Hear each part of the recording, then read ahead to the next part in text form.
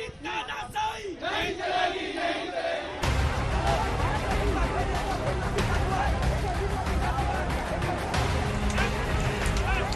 UP में दंगे के लिए 100 करोड़ की फंडिंग का खुलासा। सामने आया हाथरस में साजिश का मॉरिशस कनेक्शन।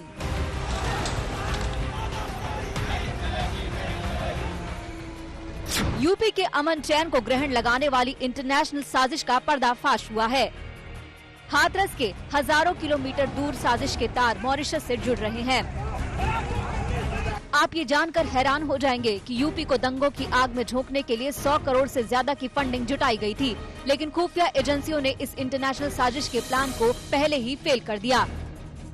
हाथरस के बहाने पूरे यूपी में दंगे की पटकथा मॉरिशस से लिखी जा रही थी। सूत्रों के मुताबिक प्रवर्तन निर्देशालय ने जब दंगे की फंडिंग के तार खंगालने शुरू किए तो जांच टीम को शुरुआती जांच में पता चला कि PFI यानी पॉपुलर फ्रंट ऑफ इंडिया को मॉरिशस से 50 करोड़ की फंडिंग हुई है। ये पैसा किसने भेजा, कैसे भेजा, ये जवाब अब भी नहीं मिल पाया है। हाथरस में इंटरनेशनल साजिश के कई सबूत जांच एजेंसी के हाथ लगे हैं। यूपी में दंगे भड़काकर दुनिया में PM मोदी और योगी की छवि खराब करने की साजिश का खुलासा हुआ है। जिस वेबसाइट प्लेटफॉर्म के जरिए दंगा भड़काने वाली वेबसाइट चल रही थी, उसी प्लेटफॉर्म का इस्तेमाल अमेरिका में ब्लैक लाइव्स मैटर के दौरान भी हुआ था। ऐसे ही प्लेटफॉर्म हांगकांग के प्रदर्शन के दौरान भी इस्तेमाल हुआ था। प्रदर्शनकारी हर जानकारी पाने के लिए इसका इस्तेमाल करते हैं। इसको ट्रैक करना आसान नहीं है। जो वेब प्लेटफॉर्म इस मामले में निशाने पर है, वो मुख्य रूप से अमेरिकी है। हाथरस रेप और मर्डर के बाद जो तमाम प्रदर्शन और धरना हुए और इसके अलावा सरकार की छवि को धूमिल करने की कोशिश की गई, उसको लेकर के सरकार ने दावा किया है कि इसके लिए बाहर से बाकायदा फंडिंग हुई थी। ये फंडिंग 100 करोड़ रुपए की हुई थी, जिसमें अकेले मॉरिशस से 50 करोड़ रुपए की फंडिंग की गई। इससे पहले यूपी सरकार ने कहा कि तमाम ऐसी वेबसाइट्स बनाई गई थी जिसमें ये भड़काऊ बयान पोस्ट किए गए, जिससे कि लोगों के बीच में अस्थिरता पैदा हो, धार्मिक उन्माद हो और आपस का जो भाईचारा है वो डिस्टर्ब हो। दंगे की साजिश की परतें खोलने के लिए प्रवर्तन निर्देशालय पता लगाने में जुटा है कि इसकी फंडिंग कहां से हुई है। पूरी साजिश के केंद्र में PFI है, जिसके जुड़े 4 संदिग्ध मथुरा से पकड़े गए हैं। इनके बारे में भी खुलासा हो रहा है। ये बहुत बड़ा षड्यंत्र है, इसमें काफी लोग हैं यहाँ से, लेकिन ये विदेश तक का कांटेक्ट लग रहा है इसमें। हाँ बिल्कुल सकता, क्योंकि शुरू से ये ऐसा लग रहा था कि फंडिंग हो रही है, दंगे करवाना चाह रहे हैं यहाँ जातिवाद के ऊपर। जो राजनीतिक पार्टी आ रही है वो इसीलिए आ रही है कि यहाँ दंगे हों। शक था शुरू से, बिल्कुल मैम शक था। और दूसरी बात है, छोटी सी डिस्ट्रिक्ट में 100 करोड़ से ज्यादा की फंडिंग हुई है यहाँ। प्रवर्तन निर्देशालय को शक है कि PFI के वो सदस्य जो दिल्ली दंगे में भी सक्रिय थे, वही लोग हाथरस में नफरत फैलाने की साजिश के पीछे हैं।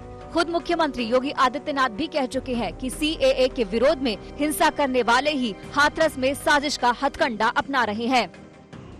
इन सभी नमूनों के एक एक वक्तव्य, एक एक कृत्य जनता के सामने साफ गोई के साथ सामने आते हुए दिखाई दे रहे हैं। कोई कह रहा है फलानी जगह हम दंगा कराएंगे जाति के आधार पर, कुछ लोग उधर से मरेंगे, कुछ लोग इधर से मरेंगे, हमारे नेता आएंगे उसके बाद जाकर के राजनीति करेंगे। यानी एक गरीब की लाश पर राजनीति करने वाले इन चेहरों को पहचानिए तो पूरी मजबूती के साथ एक एक कार्य जनता जनार्दन को समर्पित कर रही हो, वहां पर ये लोग षड्यंत्र कर रहे हो। साजिश की तह तक जाने के लिए इस मामले में ED सच का पता लगा रही है। दंगा फैलाने को लेकर की गई फंडिंग की जांच प्रवर्तन निर्देशालय कर रहा है। जल्द ही मनी लॉन्ड्रिंग का केस भी दर्ज किया जाएगा। वेबसाइट के जरिए की गई सभी गतिविधियां अब जांच के घेरे में है। वेबसाइट के जरिए जस्टिस फॉर हाथरस के लिए मुहिम चलाई गई। हाथरस की पुलिस ने इस मामले में सेक्शन 153A के तहत भी केस दर्ज किया है। इसी धारा में PMLA का सेक्शन भी लागू होता है, जिसमें वेब पोर्टल के द्वारा किसे पैसा मिला, किसने दिया और कहां से आया जैसी चीजों को परखा जाएगा। इस दौरान कई ऐसी एजेंसियों की मदद दी जाएगी जो IP एड्रेसेस खंगालने, email ID, phone number, website, web link जैसे तारों को जोड़ पाएं। लखनऊ से कुमार अभिषेक के साथ आज तक ब्यूरो।